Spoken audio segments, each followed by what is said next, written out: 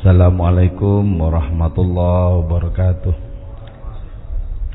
Bismillahirrahmanirrahim. Hamdan wa thana'an laka ya Allah, salatan wa salaman laka ya habiballah wa ala alika wa ashabika ya khair khalqillah, amma ba'du. Laka ya Rasulullah wa li jami' man itaba'adinaka ya habiballah haqiqatan min ladun Adam la yaumil qiyamah. Radhiyallahu lana wa lahumul Fatiha. A'udzu billahi minasyaitonir rajim. Bismillahirrahmanirrahim. Alhamdulillahi rabbil alamin arrahmanir rahim maliki yaumiddin. Iyyaka na'budu wa iyyaka nasta'in. Ihdinas siratal mustaqim. Shiratal ladzina an'amta 'alaihim ghairil maghdubi 'alaihim waladdallin. Amin. Litaqarrubina ila Allah ta'ala limahabbatina ila Rasulillah sallallahu alaihi wasallam li salamatina fid din wad dunya wal akhirah li qada'i duyunina li qada'i hajatina min hawaijid dunya wal akhirah taysir arzaqina halalan thayyiban mubarakan katsiran wasi'ah yashadina qulubina syamradina zahiran batina daf'il balaya wal mihan wal fitan wal amrad asqam wa limanafina limasalihina li libadina auladina zurriyatina wa jiwarina asdiqaina jamil muslimin muslimat wal mu'minin wal mu'minat الأحياء منهم الأموات والعز الإسلام والمسلمين بجودك يا الله بشفاعة نبيك يا الله ببركة أوليائك يا الله بأسرار الفاتحة. أعوذ بالله من الشيطان الرجيم. بسم الله الرحمن الرحيم. الحمد لله رب العالمين الرحمن الرحيم مالك يوم الدين. إياك نعبد وإياك نستعين. اهدنا الصراط المستقيم صراط الذين أنعمت عليهم غير المغضوب عليهم ولا الضالين. آمين. بسم الله الرحمن الرحيم. قال المصنف رحمه الله تعالى ونفعنا بعلومه ومدنا بأسراره وفاض علينا من بركاته وبكم آمين. Bismillahirrahmanirrahim. Fi hadzal yaum, pada hari ini, mithlu ayyi yaumin, sebagaimana pada hari-hari yang lain, nahnu, adapun kami para pecinta, kharibun ialah hancur lebur, kharibun ialah hancur lebur. La nataharraru, tidaklah merdeka kami, minas sailid li banjir, ila yaumil qiyamati, sampai hari kiamat. Ja'a datang diaul qamar, apa cahaya rembulan, lailan di malam hari, wa qata'a dan memenggal itu cahaya rembulan, unuqan naum kepada leher tidur. Falima yakhsha, maka kenapa yakhsha akan takut diaul qamar, apa cahaya rembulan, safkat dima kepada menumpahkan darah-darah. Logika para pecinta itu adalah logika kehancuran. Kenapa disebut kehancuran? Karena seluruh diri para pecinta itu sudah hancur lebur sebagai diri. Kemudian setelah hancur lebur sebagai diri, tegak sebagai kekasih, musnah sebagai diri, kemudian muncul dan eksis sebagai kekasih. Maka dirinya itu sudah hancur lebur, berkeping-keping. Kalaupun ada, itu sungguhnya adalah wujud kekasih dalam bentuk pecinta. Bagaimana ini kita terapkan kepada Allah Ta'ala ya? Saya tadi berangkat ke sana, ke kamar mandi ya, muncul kalimat yang ingin saya tulis sebagai status. Cuman belum saya tulis ya. Yaitu betapa engkaunya segala sesuatu. Kalau tidak, tentu tidak ada alasan untuk wujud, untuk ada. Jadi ya, alam semesta ini termasuk diri kita, betapa Allahnya sebenarnya. Kalau tidak karena alasan itu, maka tidak ada alasan yang lain untuk menjadi wujud, untuk menjadi ada. Apa coba alasan yang lain? Gak ada. Bukankah baik ketika kita masih merupakan ruh, maupun setelah menjadi kenyataan seperti sekarang, kita sungguhnya dikandung oleh Allah Ta'ala? Jadi kita tidak memiliki alasan untuk wujud selain kehendak Gusti Allah, selain kerasaannya Gusti Allah. Tidak ada. Maka ketika masuk ke dalam wilayah rohani yang seperti ini, sebagaimana para pecinta, kita akan mengatakan, anu kharibun, kami ini hancur lebur, habis sudah, tidak karu-karuan. Karena itu la tadbirah lil asyik, tidak ada keteraturan bagi seorang pecinta. Jadi keteraturan itu pun kalaupun ada, sebagaimana keteraturan hidupnya Rasulullah, itu pun sudah disetting, diskenario oleh Allah Ta'ala sebagai Maha Kekasih. Pada hari ini, sebagaimana pada hari-hari yang lain, kami hancur lebur, kami hancur lebur. Itu bagi orang yang hatinya sudah sepenuh-penuhnya bergelayut kepada Allah Ta'ala. Bagaimana caranya ya? Coba sebuah ayat di dalam Al-Quran cukup bagus untuk menerangkan bagaimana kita bisa merasakan hancur lebur. Itu ketika kita membaca kisahnya Nabi Musa dengan semangat kerinduan yang membara, beliau mengatakan, Rabbi arini anzur ilaik. Tuhanku, tolong dong kau perlihatkan dirimu kepadaku, aku akan memandangmu. Nah, Nabi Musa menggunakan bahasa aku engkau.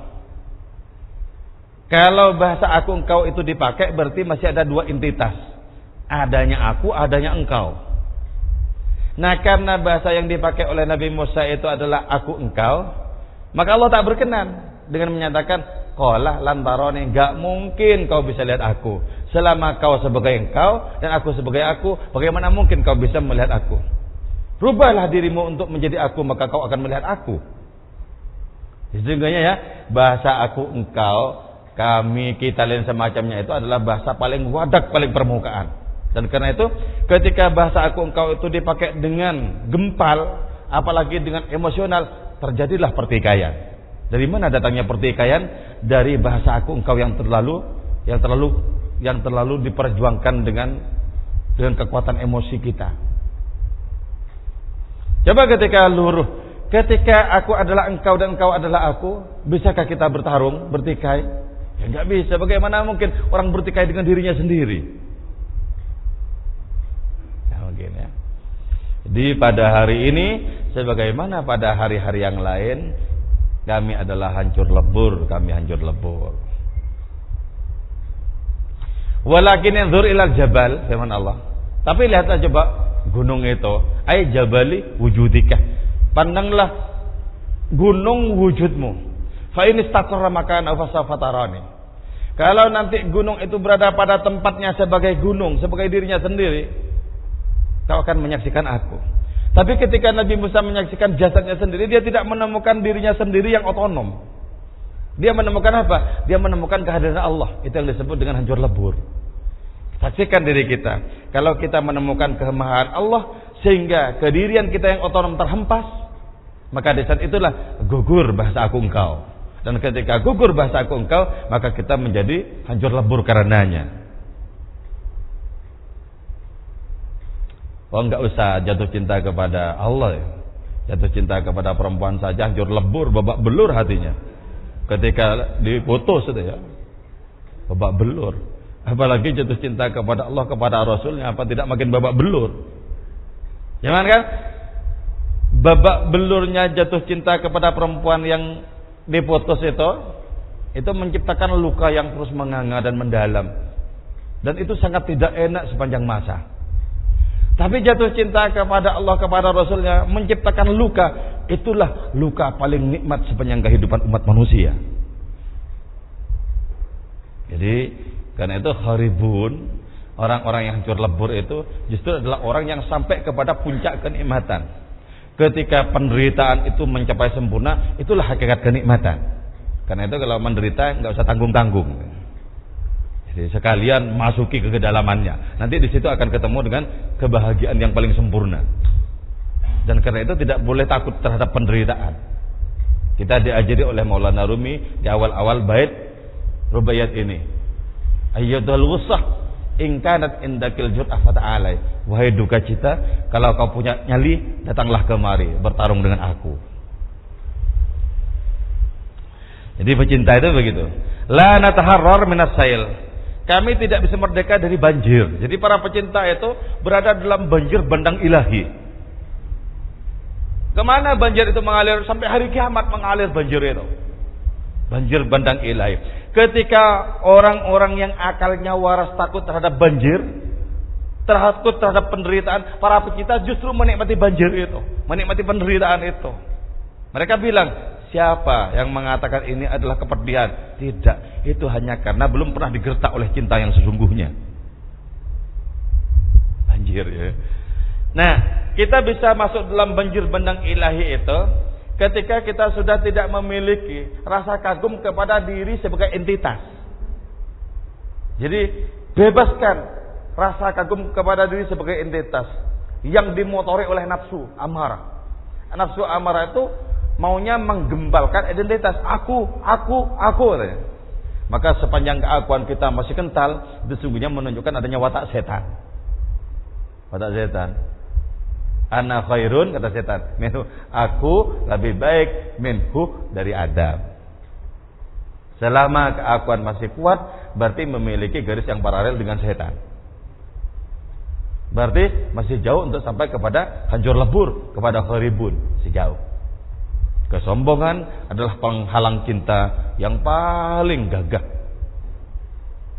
Hilangkan kesombongan dari dalam diri, maka benih-benih cinta akan muncul. Kemudian kita lambat laun berubah menjadi kekasih itu sendiri. Ketika kau tanya kepadaku tentang Laila, kata Qais, akulah ini Laila. Hilang diriku sebagai aku, muncul sebagai Laila. Untuk apa? Untuk apa aku memburu Laila kemana-mana? Bukankah Laila adalah diriku itu sendiri? Nah, di dalam konteks sufisme itu muncul kemudian ungkapan seperti yang dinyatakan oleh Syekh Abu Yazid Bustami atau Syekh Husin bin Mansur Al-Halad, Subhani, Subhani, Subhani, Maha suci aku, Maha suci aku. Jadi ketika keakuan itu disedot oleh kemahakuan Allah Subhanahu wa taala. Anal haq, akulah zat yang maha benar itu. Ketika keakuan yang personal, yang partikular disedot oleh keakuan yang universal, oleh keakuan Allah Subhanahu wa taala. Jadi menjadi banjir bandang ilahi yang mengalir hingga hari keabadian. Maka para pecinta itu di dunia ini sudah abadi sebenarnya, sudah abadi. Kalaupun musnah, yang musnah itu adalah jasadnya. Ruh cinta itu sendiri abadi, karena cinta itu adalah sifat ilahi. Suatu saat dulu di Mesir, menjelang sekitar 1 tahun akan wafatnya guru dari Syekh Omar Ibn Al-Farid Al-Hamawi Al-Misri. Ibn Al-Farid ini seorang penyair terkenal. Julukannya adalah Sultanul Asyikin, sultan para pecinta. Beliau menulis Diwan Ibn Al-Farid ya, antologi puisi yang berisi kecintaan-kecintaan ilahiyat sebanyak 2 jilid ya. Dan dengan bahasa yang mengagumkan beliau ini. Nah, ketika sekitar 1 tahun sebelum wafatnya gurunya Ibn Al-Farid di Mesir itu, dari jarak yang jauh, si guru ini kemudian bilang, Umar pulang, aku akan menghadapi kematian. Jarak dari Mesir ke Saudi itu tidak pakai handphone, tidak pakai pengeras suara, pakai bahasa yang orsinil. Umar pulang, saatnya aku mempersiapkan kematian. Pulang Umar Ibn Al-Farid itu. Ternyata betul, sekitar 1 tahun dari dipanggilnya ini wafat benar gurunya Umar Ibn Al-Farid ini, gurunya Sultanul Asyikin ini wafat. Beliau adalah tukang sayur yang berjalan dan berkeliling di pasar-pasar ke kampung-kampung.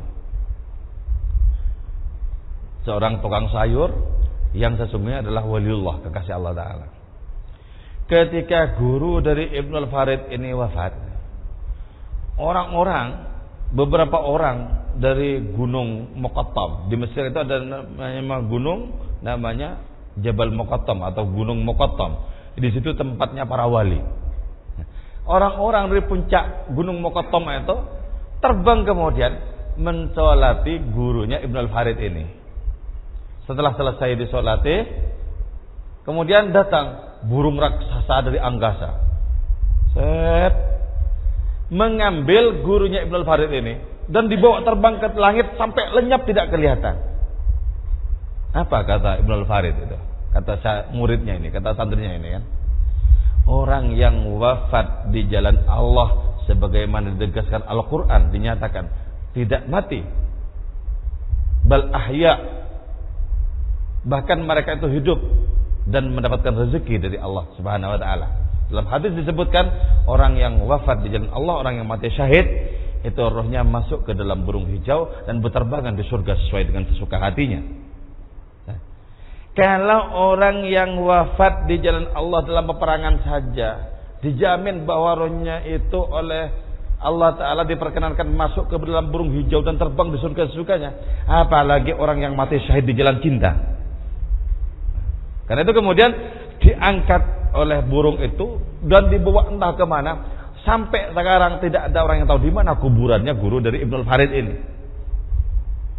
Kenapa? Begitu sempurna kecintaannya, sempurna keberpihakannya, lebur dirinya, hancur dirinya, kemudian diutuhkan oleh Allah Ta'ala. Nah, kalau nabi-nabi itu oleh Allah Ta'ala diperjelas di mana kuburannya, para wali yang lain juga begitu, itu semata-mata agar menjadi keberkahan bagi yang hidup. Sesungguhnya jasad-jasad mereka tidak di sana. Alam kubur mereka jauh lebih luas ketimbang alam semesta ini. Walaupun kelihatannya kan cuma 1 kali 2 meter misalnya. Itu cuma kelihatannya seperti itu. Tapi sesungguhnya alam barzakh itu adalah alam yang lain yang keluasannya bagi orang-orang yang berbahagia di sana itu jauh lebih luas dibandingkan dengan alam semesta yang kita huni sekarang ini. Maka karena itu jangan dikira kalau kita ziarah kubur terus ketemu rohnya si wali itu. Oh, belum tentu. Belum tentu ada di situ. Kalau orang seperti Syekh Abdul Wahab Sya'rani itu sampai tahu ketika ziarah itu tahu orang yang diziarah itu di situ atau sedang bepergian sebenarnya. Sampai tahu, sampai bisa mendeteksi. Orang-orang yang batinnya juga tajam tahu sesungguhnya ada atau tidak di situ. Itu terasa. Itu ada ilmunya, namanya ilmu al-azwaq, ilmu rasa. Jadi sampai tahu. Iya.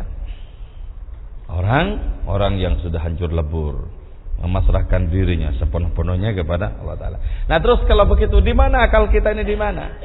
Akal kita itu diperlukan ketika kita mempersiapkan diri untuk terjun ke dalam kubangan cinta. Diperlukan akal itu, diperlukan.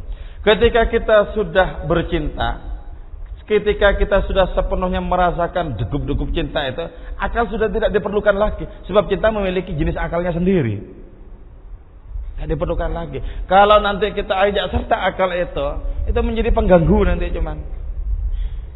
Misalnya gini, wah ini tidak rasional ini, wah, rasionalisme minggir di sini, nggak masuk ke sini ini nggak masuk, nggak bisa. Kalaupun masuk cuma menjadi pengacau. Karena itu pinggirkan saja. Sebab cinta memiliki jenis logikanya sendiri, jenis akalnya sendiri yang tidak sama dengan akal empirisme, rasionalisme dan lain semacamnya. Tidak sama. Jadi orang-orang yang jatuh cinta itu masuk dalam banjir bandang ilahi, kemudian hanyut sampai hari keabadian kelak. Maka mereka bertindak apapun itu sesungguhnya cuma atas nama satu, atas nama kekasih. Dan karena itu kemudian tidak ada pamrih kepada apapun. Jangankan pamrih dunia, pamrih akhirat enggak ada. Enggak ada. Wa ma as'alukum alaihi min ajr in ajriya illa ala rabbil alamin. Enggak ada pamrih. Karena itu gini ya. Kalau orang ngisi ceramah ya, masih berpikir tentang amplop, itu sebenarnya batal secara tauhid. Batal. Apalagi secara cinta, habis enggak ada apa-apanya. Enggak ada apa-apanya. Sebab apa? Masih ada hitung-hitungannya dengan makhluk. Sementara para pecinta itu tidak ada hitung-hitungan dengan makhluk, tapi dengan Allah Maha Kekasih. Wong berjumpa dengan Allah Ta'ala itu tidak bisa ditukarkan dengan kenikmatan apapun di dunia dan di akhirat kok. Bagaimana mungkin para pecinta itu masih melirik segala sesuatu yang tidak bermakna, yang sepele, yang tidak berarti? Gak mungkin. Gak mungkin pandangan. Nah itu yang kemudian diungkapkan oleh Qais kepada Laila. Lemparan batu darimu kekasihku jauh lebih kurindukan ketimbang senyuman 100 perempuan yang lain. Ya. Sampean bisa terapkan dengan kekasihnya. Dilempar beneran apa enggak kabur?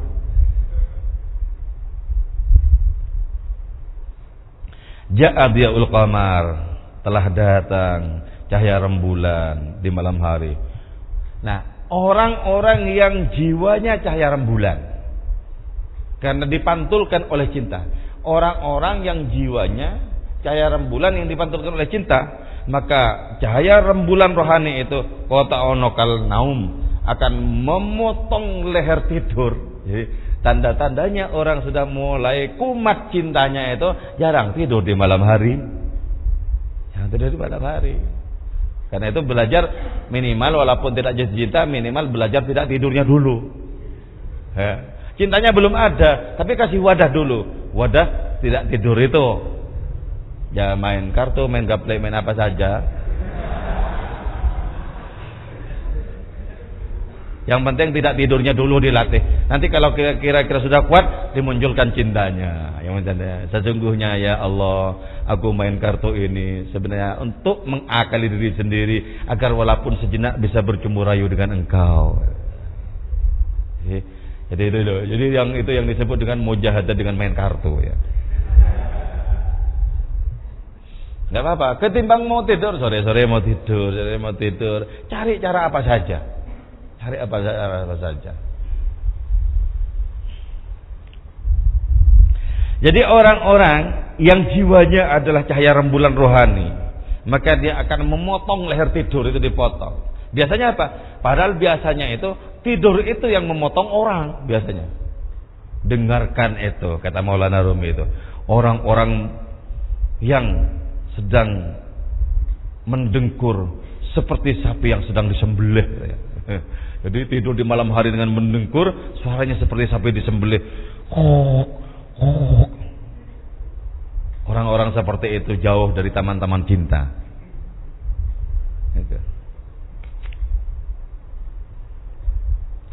Falima yakhsha di'ul qamar safkadda dima.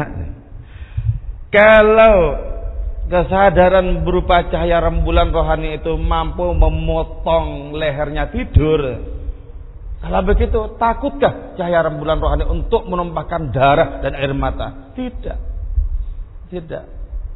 Jadi cinta itu kejam. Cinta itu kejam. Nah dulu ya ada lagu Takdir Memang Kejam diputar oleh MUI ya. Takdir Memang Kejam. Ya MUI itu kan syariat ya. Syariat. Jadi tidak masuk ke begini-begini kata tasawuf ke rubaiyah itu enggak masuk. Jadi karena itu cinta memang kejam, nasib memang kejam, salah kok kejam. Salah. Jadi enggak benar itu. Kemudian karena ketakutan disomasi oleh MUI, kemudian dirubah, bukan nasib memang kejam itu bukan. Takdir memang kejam itu bukan. Nah, kalau leher malam saja dipotong oleh kekuatan cahaya rembulan rohani itu, maka jelas bisa dipastikan cahaya rembulan rohani itu tidak takut untuk menumpahkan darah dan air mata. Karena itu keseluruhan diri, nasib diri seorang pecinta itu dikorbankan untuk kekasihnya. Di pagi hari para pecinta ilahi yang seringkali begadang itu kelihatan pucat. Kata orang-orang yang berjumpa, kau sedang sakit ya. Orang yang disapa ini kemudian tertawa batinnya. Sakit apa? Aku lebih sehat ketimbang 100 engkau. Wajah yang pucat karena begadang menanggung cinta itu bisa membuat pudar cahaya matahari dan rembulan di langit sana. Bahkan matahari itu menjadi malu di hadapan wajah yang pucat karena menanggung cinta. Kita tumbuhkan kecintaan transenden, kita tumbuhkan Allah nanti apa semuanya kelihatan Gusti Allah. Mana makhluknya coba kelihatannya Gusti Allah. Allah betapa engkaunya di saat ini Allah, aku tidak pernah memburumu. Bagaimana mungkin aku memburumu? Wong setiap apa yang aku saksikan adalah engkau semata. Aku tak pernah memburumu ya ilahi. Kemudian rahasia-rahasia ilahi itu dihamburkan oleh Allah Ta'ala bagi orang-orang yang seperti itu. Kalau orang yang seperti itu tidak dianugerahi kesadaran untuk menahan, maka kata-katanya akan dianggap ngawur semua. Ada kekasih Allah Ta'ala yang bilang begini, kau jangan guyonan ya Allah, kau jangan guyonan loh. Jadi dia seolah-olah sama kawan-kawannya sendiri. Masa kau guyonan terus? Jadi, itu kenapa? Menyaksikan segala sesuatu yang tak tertampung oleh akal pikirannya, sehingga muncul sebagai suatu humor, sesuatu yang lucu. Kau mau berguyonan terus, gimana? Ada banyak macam-macamnya orang wali ya. Ada yang tercengang-cengang dari Gusti Allah Ta'ala, sehingga tidak ada senyum, tidak ada apa-apa dari bibirnya. Allah Ta'ala didatangi dari berbagai macam pintu, dan lahir beribu macam ekspresi dari para aulia itu. Fi hadzal yaum, pada hari ini, mithlu ayyaumin, sebagaimana pada hari yang lain, nahnu kharibun, kami hancur lebur. Diulangi lagi oleh Maulana Rumi bait yang tadi dibaca, diulangi lagi. Hari ini sebagaimana hari-hari yang lain, kami hancur lebur. Karena itu fala taftah babat tafkir, tolong jangan dibuka pintu akal pikiran, jangan dibuka. Itu menjadi pengacau itu. Jadi ada kalanya akal pikiran itu sebaiknya enggak usah dipakai. Mundur kamu, mundur. Ini bukan tempatmu, mundur. Ini tempatnya orang-orang yang jatuh cinta, dan kau tidak punya bakat untuk jatuh cinta. Mundur. Karena itu dalam diri kita, logika hitung-hitungan itu harus dibuang. Buang logika hitung-hitungan itu. Para pecinta ditakdirkan untuk jauh dari hitung-hitungan. Ayo, jangan dibuka pintu akal pikiran, jangan dibuka. Wa amsik berebab, buanglah akal pikiranmu, peganglah rebab, peganglah flute, peganglah gitar, peganglah alat musik, pegang apa saja yang buatmu menari-nari. Akal pikiran buang, sekarang waktunya berdansa. Akal pikiran dibuang, sekarang waktunya bernyanyi. Akal pikiran dibuang, sekarang waktunya berdendang. Buang itu, buang. Jatuh cinta yang tidak bisa sepenuhnya untuk dimasuki oleh akal pikiran, dan karena itu akal pikiran harus diminggirkan. Minggir. Kau anak kecil, minggir. Kecil.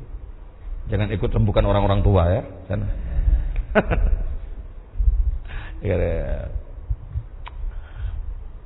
Coba ya terbangan. Allahumma shalli ala Muhammad. Ya Rasulullah, hijina li ziyaraka sidina naradaji minkas syafa'ah inda rabbil alamin. Ya Rasulullah, ijna li ziyaraka sidina nardaji minka syafa'ah inda rabbil alamin. Ya jamalan qad tajalla bil masyariq wal magharib, marhaban ahlan wa sahlan bika ya khairal habaib. Ya Rasulullah, ijna li ziyaraka sidina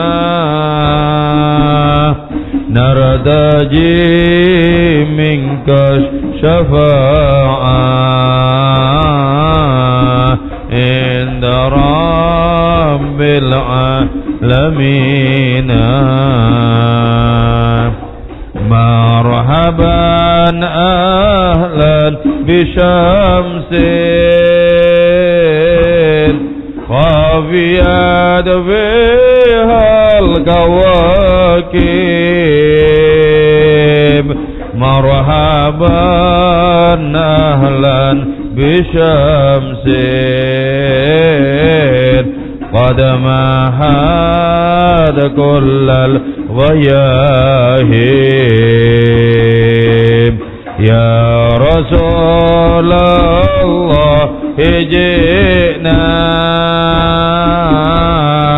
لزيارة قصدنا نرتجي منك شفاعة رب العالمين.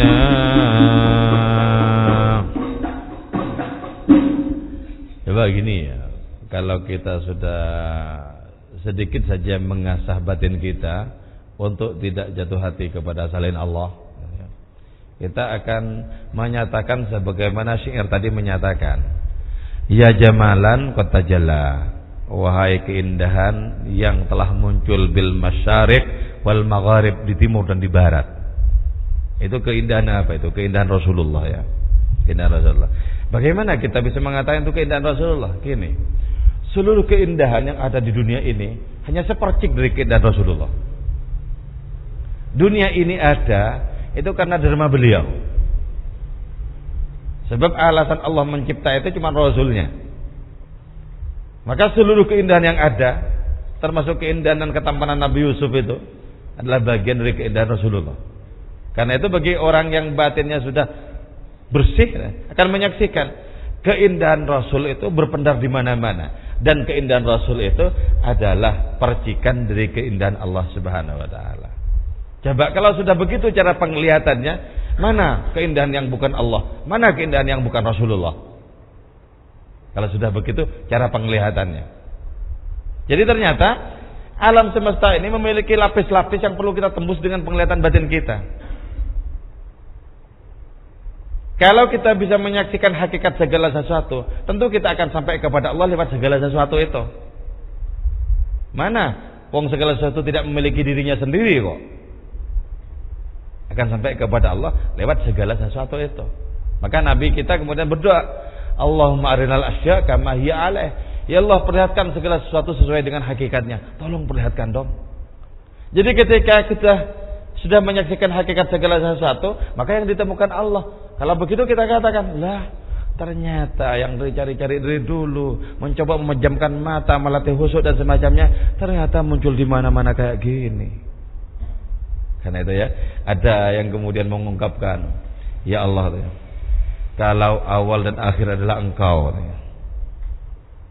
kalau awal dan akhir itu adalah Engkau, kalau Engkau yang diburu ternyata sesungguhnya berada di sini dan kini, untuk apa sebenarnya aku sampai gila memburumu kemana-mana?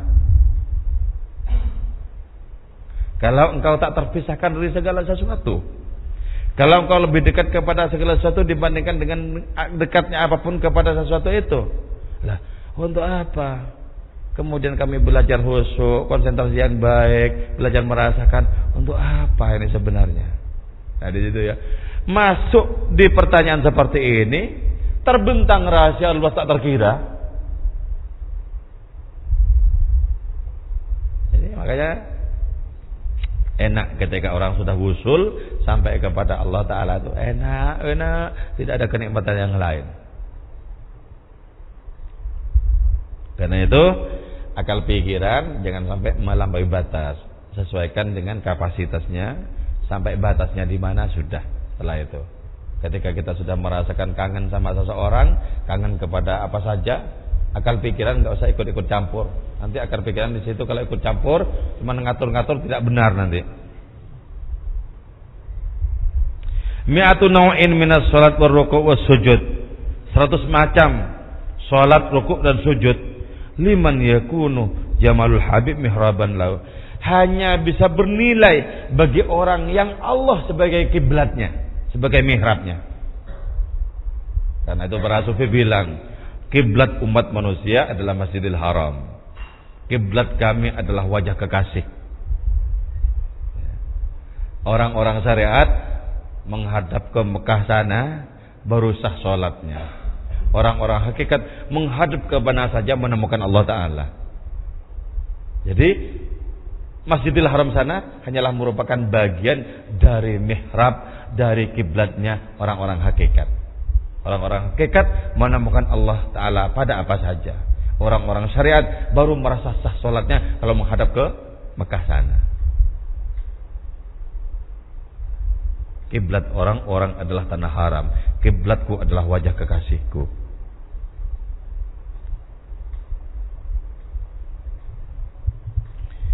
Ada yang mau ditanyakan? Ayo.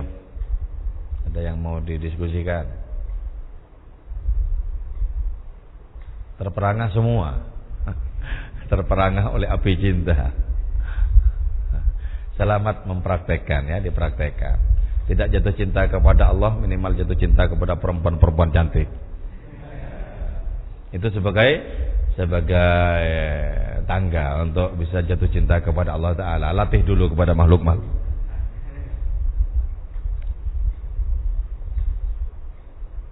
Ada yang mau ditanyakan? Gak ada ya.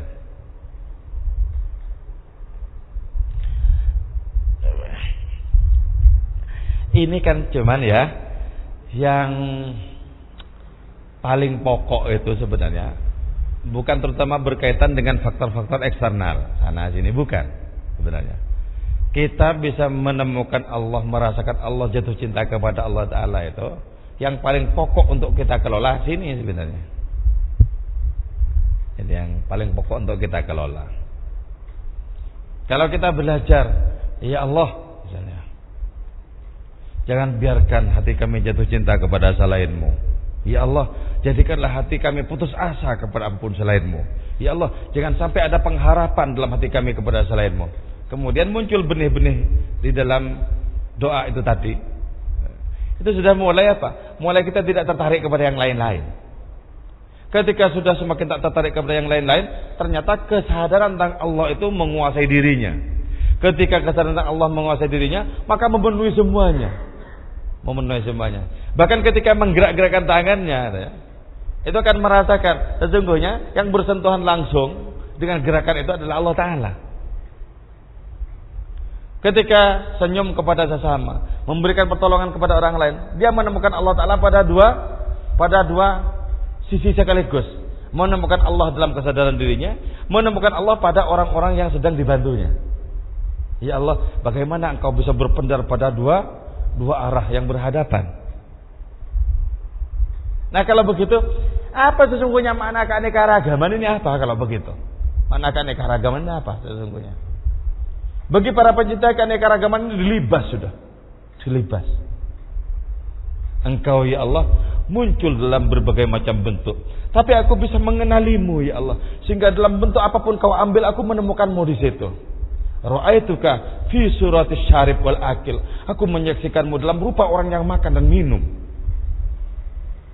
Aku menyaksikanmu ya Allah di dalam rupa orang yang berbicara dan orang yang diam. Ya. Coba mana? Nah, pertarungan, pertikaian dan lain semacamnya itu karena pandangan mereka berada pada paling permukaan. Paling permukaan. Sehingga muncul ungkapan bahwa kullu hizbin bima ladaihim farihun.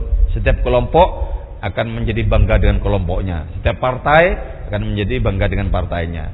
Setiap komunitas bangga dengan komunitasnya. Setiap thariqah bangga dengan thariqahnya. Setiap pondok dan semacamnya itu. Itu masih ada dalam kondisi apa? Berada dalam posisi kullu hizbin bima ladaihim farihun. Para pencinta itu memiliki kekuatan untuk menembus berbagai macam batasan-batasan seperti itu. Tembus itu batasan tadi. Saking tajamnya. Kenapa? Karena pada saat yang bersamaan awal dan akhir itu berada di hadapannya. Engkau awal sekaligus akhir, engkau akhir sekaligus awal. Engkaulah yang sepenuhnya menampung seluruh titik kekinian. Jadi kalau kita sudah merasakan seperti itu, maka ketika kita ruku, sujud, melakukan zikir dan lain semacamnya itu, kiblatnya cuma satu, wajah kekasih. andaikan bukankan aku tertarik kepada wajah-Mu ya Allah, tentu tidak akan kulakukan segala sesuatu ini. Untuk apa aku repot-repot karena itu? Toh juga tidak ada artinya. Jadi hubungannya itu, perjanjiannya itu hanya dengan Allah Ta'ala sebagai satu-satunya kekasih. Itu sudah bebas dari apa? Maka ketika itu ya, surga itu tidak memiliki kekuatan untuk merayu orang seperti ini. Tidak punya kekuatan untuk merayu. Ketika diperlihatkan berbagai macam keindahan surga, dihadapkan kepada para pecinta, kau tertarik ini? Tidak. Mataku sudah tidak tertarik kepada selain kekasih. Bahkan kalaupun itu berumrah surga sekalipun. Lewat. Bayangkan ya, kita yang masih senang kepada materi dan lain semacamnya itu. Coba, di mana tingkatan akal kita sebenarnya? Masih senang kepada pengakuan, sanjungan dan lain semacamnya. Masih memburu segala sesuatu yang artifisial, yang tak bermakna, memburu segala bayang-bayang, segala sesuatu yang akan lenyap. Di mana sesungguhnya posisi kita? Maka jadilah para pecinta, baru kita memiliki langkah-langkah keilahian yang sekali langkah itu melampaui kebaikan seluruh alam semesta. Sudah? Gak ada yang tanyakan? Ya. Hah? Ya? Rasa. Ini rasa itu kan sebenarnya buah dari hati ya. Dan hati kita itu satu. Ma ja'alallahu li rajulin min qalbayni fi jawfihi. Hati kita semuanya satu. Karena itu kalau hati kita ini condong kepada selain Allah, maka rasa Allah tidak mungkin tumbuh. Tidak mungkin tumbuh. Rasa kita itu adalah rasa apa? Rasa makhluk-makhluk. Rasa makhluk-makhluk ini rasa makhluk-makhluk. Karena itu banyak kemudian orang itu lebih bergetar menerima rezeki, menerima karunia Allah Ta'ala dibandingkan dengan menerima kehadiran Allah itu sendiri. Coba mana yang lebih bergetar? Kita mendapatkan kiriman, kita mendapatkan karunia yang besar dengan kita sholat, bergetar menerima itu. Padahal sholat itu berhadapan dengan Allah. Bagaimana mungkin kalah menarik dibandingkan dengan karunianya? Itu karena hati kita lebih difokuskan kepada karunia-karunia materi itu. Jadi kalau masih banyak yang menjadi perhatian hati kita, maka perhatian kepada Allah tidak akan muncul dengan sempurna, dengan subur. Jadi bagaimana menumbuhkan rasa? Tumpulkanlah rasamu kepada selain Allah, maka akan muncul rasa kepada Allah Ta'ala. Jadi nggak bisa. Apalagi Allah Ta'ala itu tidak mau diduakan loh ya. Tidak mau dimadu itu nggak mau. Nggak mau. Allah itu maha pencemburu. Nggak mau. Jadi untuk menumbuhkan rasa, kita mencoba fokus kepada keagungan Allah Ta'ala semata-mata dan belajar untuk menyingkirkan yang lain-lain. Bilang, nggak butuh. Walaupun sesungguhnya masih butuh. Jadi nggak penting ya. Jadi, kita minimal tuh penampilan dulu ya, nggak penting. Tawari engkau wae nggak penting. Walaupun hatinya masih berperang, sakjane ya penting. Jadi dia belajar untuk menjadi tangguh itu loh. Enggak. Kalau kita tangguh kan begini, kalau memang Allah memberikan kepadaku, tidak akan pernah diterima oleh tangan orang lain. Walaupun aku tidak memburunya. Tapi kalau masih perhatiannya kuat kepada makhluk-makhluk, wah ini kalau nggak diburu diambil orang ini. Jadi logikanya itu berbeda. Jadi orang semakin risau, semakin mengecilkan peran Allah Ta'ala. Semakin risau tentang makhluk-makhluk, mengecilkan perannya Allah Ta'ala. Jadi, tidak mungkin tumbuh rasa itu kalau kita masih belum menyembelih yang lain-lain. Sembelihlah leher-leher yang lain. Nggak perlu baru muncul. Jadi sulit kalau mau sama-sama ditumbuhkan itu ya nggak bisa. Hati kita cuma satu. Coba kalau dua, satunya untuk kekasih, satunya untuk makhluk-makhluk. Nggak ada yang hatinya dua kecuali musang. Kalau musang itu hatinya bisa 10 sesuai dengan umurnya. Kalau 10 tahun dia hatinya 10. Kalau umurnya 1 tahun baru 1, nanti tahun kedua baru 2 dan sebagainya. Kita itu hatinya 1. Karena cuma satu itu, maka jangan berikan perhatian kita kepada yang lain-lain. Walaupun tidak mudah untuk itu, tidak mudah. Karena memang Allah Ta'ala menciptakan isi dunia ini sebagai rayuan-rayuan yang sangat memukau, memang memukau sekali isi dunia ini. Padahal dunia ini sudah bungkuk, sudah tua, sudah penyakitan sebenarnya. Tapi kelihayannya merayu itu maut sekali. Sehingga anak-anak muda itu tertarik kepada perempuan tua. Anak-anak muda. Kita manusia ini kan anak-anak muda, tapi tertarik kepada nyonya dunia. Dari saking pandainya berdandan bersolek gitu loh. Tertarik kepada nyonya dunia. Padahal kalau diperlihatkan aslinya seperti perempuan tua, penyakitan, batuk, kentut dan semacamnya. Enggak mungkinlah tertarik kalau waras kita. Enggak lah, milih yang lain kan itu tak. Tapi karena berdandan, berkincul dan semacamnya, tetap diburu oleh anak-anak muda.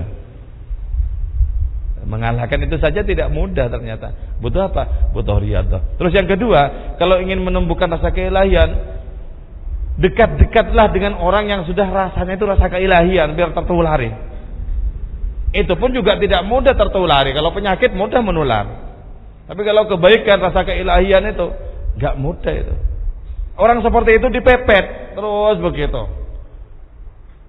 Kalau kumpulnya sudah sama orang-orang yang jatuh cinta kepada bayang-bayang kefanaan, ya makin kuat rasa hatinya untuk tertarik kepada makhluk-makhluk, makin kuat.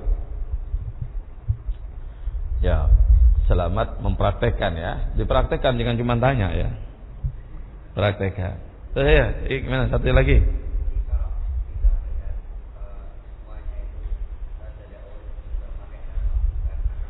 Pakai rasa. Akal nggak bisa. Akal cuma mengantarkan tok. Mengantarkan. Pakai rasa. Jadi bergerak apa saja itu, rasanya rasa Gusti Allah. Rasanya rasa Gusti Allah. Nanti ketika sampai kepada rasa seperti ini, maka akan mengatakan, walidzalika alimtu man yaltadzu bihi wa man yata'allam. Karena itu ya Allah, aku lantaran karuniamu kau beri aku pemahaman bahwa aku paham sekarang siapa yang merasakan nikmat, siapa yang menderita. Kalau makhluk-makhluk tidak punya dirinya sendiri, kenikmatannya sesungguhnya bukan kenikmatan makhluk itu. Penderitaannya juga bukan penderitaan makhluk. Tapi kalau memang kenikmatannya bukan kenikmatan makhluk, penderitaannya bukan penderitaan makhluk, kenapa makhluk itu yang mengerang? Aduh ya. Nah, di sini loh. Sirrul qadar itu sangat menganga di sini. Rahasia takdirnya Allah Taala itu benar-benar menyala-nyala di mana-mana. Itu yang terlarang untuk disampaikan, untuk tidak mengacaukan orang-orang yang masih berada dalam proses perjalanan menuju hakikat.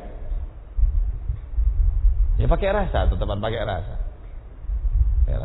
Setinggi-tinggi ilmu itu adalah ilmu azwaq, ilmu rasa. Itu paling tingginya ilmu. Wusuluka ilallah, wusuluka ilal ilmi bihi. Sampaimu kepada Allah adalah sampaimu kepada merasakan Allah. Itu baru disebut sampai. Kalau tidak, fajalla rabbuna ayyatasila bi syai'un aw yatasila huwa bi syai'in. Kalau tidak ya Allah Maha Agung untuk menyatu dengan sesuatu atau tersentuh oleh sesuatu. Jadi kedekatan kepada Allah, keterhubungan dengan Allah, wusul sampai kepada Allah tidak ada hubungannya seperti tangan dua ini dijadikan satu, tidak gitu. Karena itu kan makhluk-makhluk benda itu kan. Jadi sampai kepada Allah, sampai kepada merasakan Allah maksudnya. Alam semesta ini tidak terlepas dari kehadiran Allah. Rasa, tetapan rasa.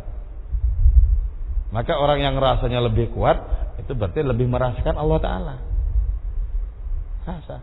Orang ya, kayak sampean itu ada minumannya, ada makanannya. Kalau rasa Allahnya kuat, ketika makan atau minum langsung merasa disuapi oleh kemurahan Allah. Karena itu kata Syekh Suhrawardi mengatakan, sholatku, khusyukku ketika aku makan tidak kalah dengan sholatku ketika khusyuk melakukannya.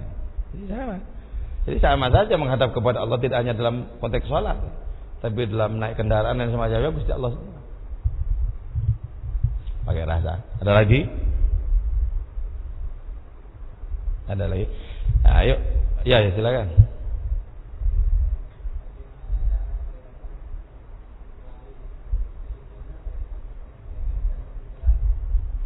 Yang pura-pura jadab sama yang jadab beneran. Ya? Ya? Bukan, itu cara membedakan dengan ketajaman batin kita.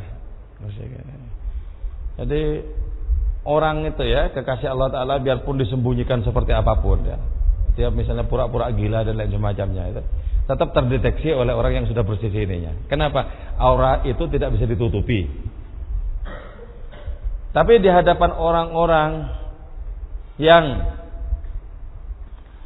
masih banyak kecintaannya kepada perkara-perkara materi dan dunia ini ya, maka orang yang pura-pura jadab dikira jadab. Karena itu kemudian banyak dipuja-puji oleh kiainya, padahal dipuja-puji oleh santrinya, padahal kiainya itu ya pura-pura aja. Ya, ketika ziarah kubur misalnya, assalamualaikum, pura-pura salaman. Oh, ke santrinya, wah ini ngomong dengan ruhnya sih. Padahal ya itu memang dibikin untuk apa? Untuk menciptakan kesan kepada santri-santrinya, kiaiku wali. Iya mungkin walijo ya. Jadi wah kayak gitu tuh bukan untuk ini kok sebenarnya, kayak gitu tuh bukan untuk diomongkan orang, bukan untuk dipamer. Malah para aulia itu kalau bisa itu mau menolak saja karomah itu kok malah itu sengaja di skenario gitu kan. Auranya itu berbeda.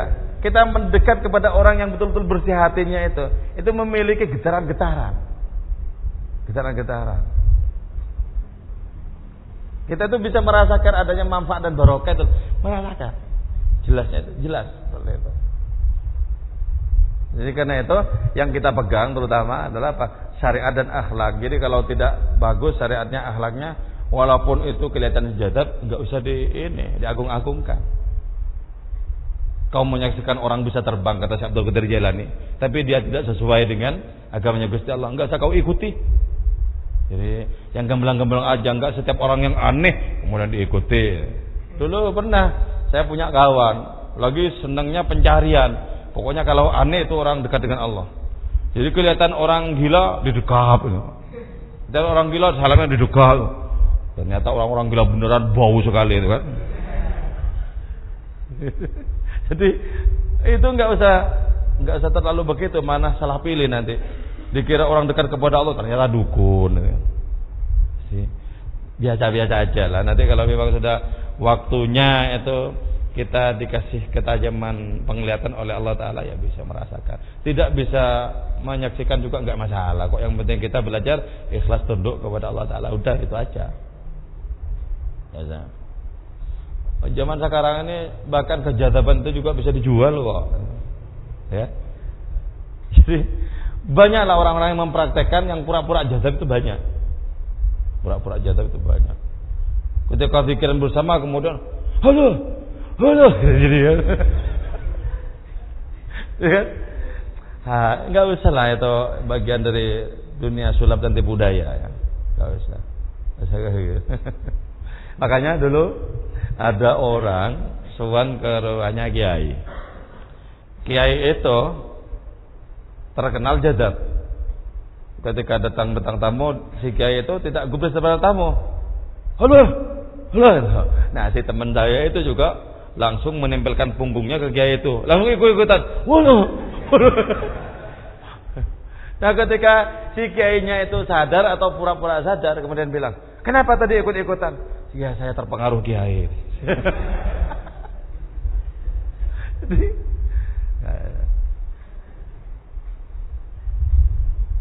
setinggi-tingginya wali itu ya tetap yang waras lah ya. Yang waras.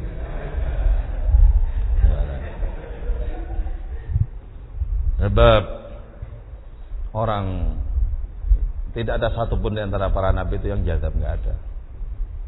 Waras semua. Kalau enggak waras gimana ngatur umat tuh kan? Enggak bisa. Masa mau diatur dengan jadabnya? Para rasul itu waras semua. Wali-wali kutub ya waras semua. Waras semua.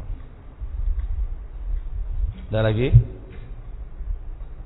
Moga-moga perjumpaan kita ini manfaat barokah. Amin wal afa minkum. Wassalamualaikum warahmatullahi wabarakatuh.